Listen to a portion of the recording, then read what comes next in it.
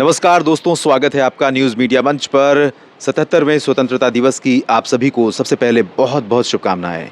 और ये वीडियो स्वतंत्रता दिवस को ही समर्पित है। दोस्तों, हम स्वतंत्रता दिवस क्यों मनाते हैं? क्या सिर्फ ये आभास करने के लिए या एहसास करने के लिए कि आज ही के दिन हमारा देश आज़ाद हुआ था? क्या इसी से हमारे इस उत्सव के मनाने का अर्थ पूरा हो जाता है? आप जानते हैं कि जब भारत स्वाधीन हुआ था, उस समय एक स्वप्न देखा गया था और वो स्वप्न ऐसा था कि भारत में अंतिम पंक्ति में, अंतिम व्यक्ति तक हर वो सुविधाएँ, हर वो सुख उसके नसीब में पहुँचे, जिसके लिए अब तक वो भटकता रहा है या जिसका भाग्य उसे उस सुख तक, उस सुविधा तक नहीं पहुँचने दे रहा है। ये तो बहुत बड़ी बात थी।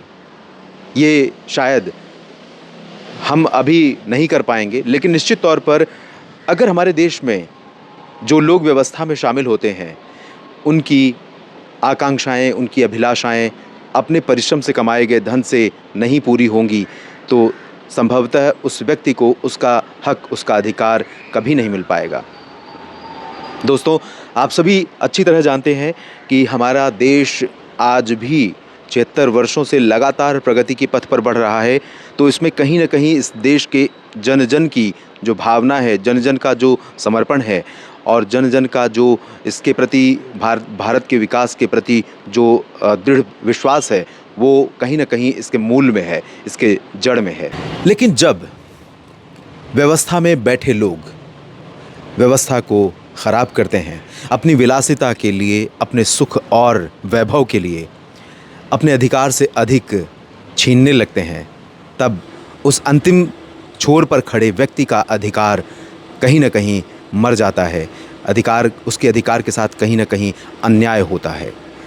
एक आर्टिकल पढ़ रहा था मैं आज HT हिंदुस्तान टाइम्स में, जिसमें इसी कहानी को थोड़ा-सा समझाने का प्रयास किया था लेखक ने, संपादक ने, और ये बहुत खूबसूरती से लिखा गया था। अंग्रेज़ी में आर्टिकल था।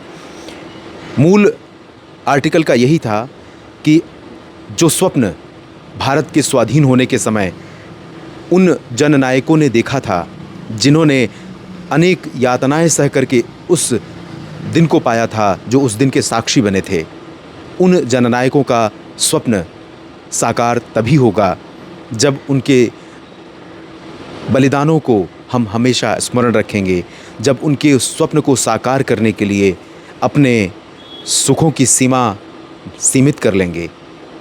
आप अच्छी तरह जानते हैं, मेरा इशारा सिर्फ इस तरफ है कि सिस्टम अगर ठीक हो जाए तो भारत को पूरे विश्व में सर्वश्रेष्ठ होने में कोई बाधा नहीं रहेगी। भारत के पास पर्याप्त संख्या बल है, भारत के पास पर्याप्त इनोवेटिव माइंडसेट है, भारत के पास पर्याप्त संसाधन है। डेफिनेटली बहुत सारे विकसित देश जितने सुविधा संपन्न या संसाधन संपन्न है, संभवतः कुछ संसाधनों की कमी हमारे देश में हो सकती है, लेकिन वो भी बाधा नहीं बनेगी भारत को, भारत के उत्सर्ग में, भारत के आगे बढ़ने में, भारत के दुनिया के सर्वश्रेष्ठ राष्ट्र के रूप में स्थापित होने में। और सर्वश्रेष्ठ राष्ट्र सिर्फ वो नहीं होता जो विकसित हो। सर्वश्रेष्ठ राष्ट्र वो होता है जहाँ की संस्कृति, जहाँ के मूल्यों को संरक्षित किया जाए, जहाँ के संस्कृति और परंपराओं को सम्मान मिले और आदर मिले। आज भी दुनिया अगर भारत की तरफ निहार रही है, दुनिया अगर आज ऊब चुकी है अपने उस खुलेपन से, अपने उस विकसित मानसिक और विकसित रहन-सहन, विकसित जीवन स्तर और जीवन शैली से, तो आज भारत की जो परंपराएं हैं, भारत का जो वो परिवार है, भारत की जो वो व्यवस्था है, जहाँ परिवार में बच्चे को बचपन से सत्य, धर्म और न्याय की बातें सिखाई जाती हैं, नीति पर चलने की बातें सिखाई जाती हैं, और ये सीमित संसाधनों में सुखी रहने का जो गुण है, वो भारत के परिवार में, भारत के हर जनमन में है, हर जनगण में है। लेकिन कहीं ना कहीं जिस तरह का विलासिता की दौड़ आज के दौर में हम देख रहे हैं, जिस तरह विलासिता की तरफ पूरा समाज या समाज का कुछ हिस्सा भागता चला जा रहा है, शेष समाज भी उसी के पीछे, उसी होड़ में, उसी दौड़ में लग जाता है, और उसके लिए उसे सही और गलत दोनों में फ़र्क नहीं दिखाई देता है। सत्य और असत्य, धर्म और अधर्म, नीति और अनीति में फ़र्क नहीं दिखाई देता है। तो स्वाधीनता का जो उत्सव है, जो ये राष्ट्रीय उत्सव है, इसको मनाते समय हमें उन बलिदानियों, उन जननायकों के स्वप्न को, उन जननायकों के विचारों को स्मरण रखना होगा और जीवंत रखना होगा। तभी हमें उनके प्रति सच्ची हम श्रद्धांजलि दे पाएंगे, तभी हम उनके प्रति कृतज्ञता प्रकट कर पाएंगे, जो कि हमारे ऊपर एक ऋण है। आज जिस स्थिति में हैं हम, शायद उस परिस्थिति का अंदाज़ा नहीं लगा सकते, कितनी यातनाएं, कितनी पीड़ाएं, कितने संघर्ष भारत के लोगों ने सही हैं। और ये सह करके उन्होंने आने वाली पीढ़ियों के लिए ऐसा भारत अगर रचा है, ऐसा भारत अगर गढ़ा है, तो कहीं ना कहीं ये ऋण है उनका हमारे ऊपर, और हमें चुकाना है उनके स्वप्न को साकार करके, उनके विचारों को, उनके जो आदर्श हैं उनको अपनाकर, उनको बढ़ाकर, उनको पोषित, पल्लवित कर, संपोषित कर। फिलहाल इस वीडियो में इतना ही। आपकी क्या प्रतिक्रिया है ज़रूर वीडियो के कमेंट बॉक्स में लिखें। लोग बहुत ज़्यादा भौतिकवादी हो गए हैं, मटेरियलिस्टिक हो गए हैं।